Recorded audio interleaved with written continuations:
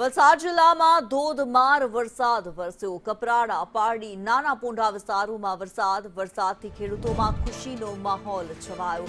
ગરમી અને બફારાથી લોકોને રાહત મળી।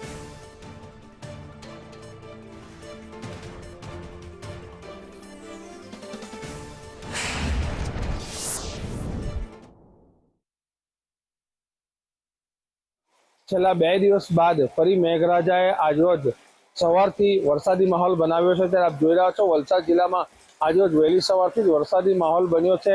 હાલ અમે ઊભા છે અંતરિયાળ વિસ્તારમાં, જ્યાં જે પ્રકારે વરસાદ વરસી રહ્યો છે, વાદળછાયું વાતાવરણ છે અને ધોધમાર વરસાદ વરસી રહ્યો છે। અંતરિયાળ વિસ્તારની વાત કરીએ તો કપરાડા, ધરમપુર, પાડી, નાનાપોટા જેવા વિસ્તારમાં હાલ મેઘરાજાની સવારી આવી પહોંચી છે।